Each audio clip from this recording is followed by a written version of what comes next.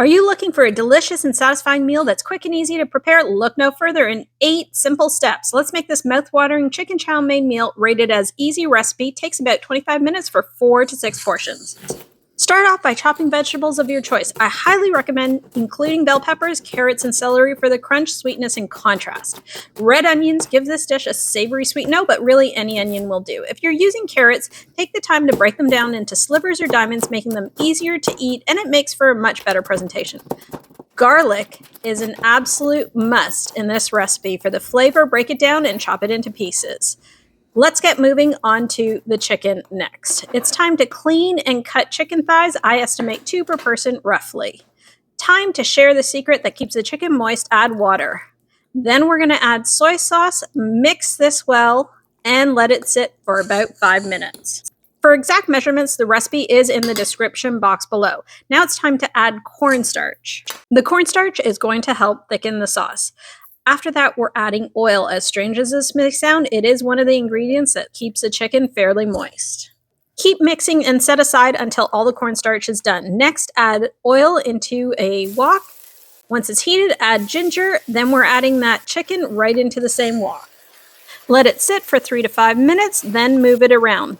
We'll add salt and pepper, soy sauce, along with hoisin sauce, and it's time to give it a good stir. You may find it sticking to the bottom, so keep stirring it around and scraping the bottom as you go. Cover with a lid, reduce the heat to medium for 3 to 5 minutes, take the lid off, stir again, scraping the bottom, and now it's time to add water.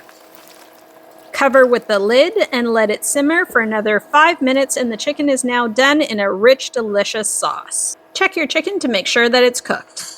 Moving on to the vegetables, heat up another wok, add oil, let the oil heat up for a hot second, and add all the vegetables along with the garlic and onions. Here's where we change it up. Add fresh, uncooked noodles to the top of the vegetables. Separate out the noodles by stretching them and pulling them apart. The vegetables will start giving off steam, which will start to cook the noodles. To help it along, we're going to add more water to this, and once the water is added, we're going to cover this with a lid for 5 minutes.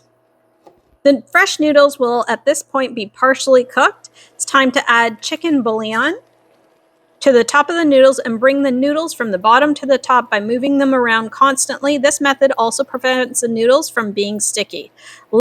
Let's bring this party to one spot by adding the chicken to the top of the noodles and mixing all of the ingredients well. By this point, most of the water will have evaporated. If not, let it sit for another 3 to 5 minutes. If you are enjoying this recipe so far, please take the time to hit the subscribe button and notification button, as well as the like button. With a few more additional minutes, the sauce will begin to thicken up, and I conveniently put oyster sauce at this point to give it more of an umami flavor. Can you really have too much oyster sauce? I don't think so. As the noodles continue to cook, they will become more and more difficult to stir and mix and combine, so it's time to pull out the tongs.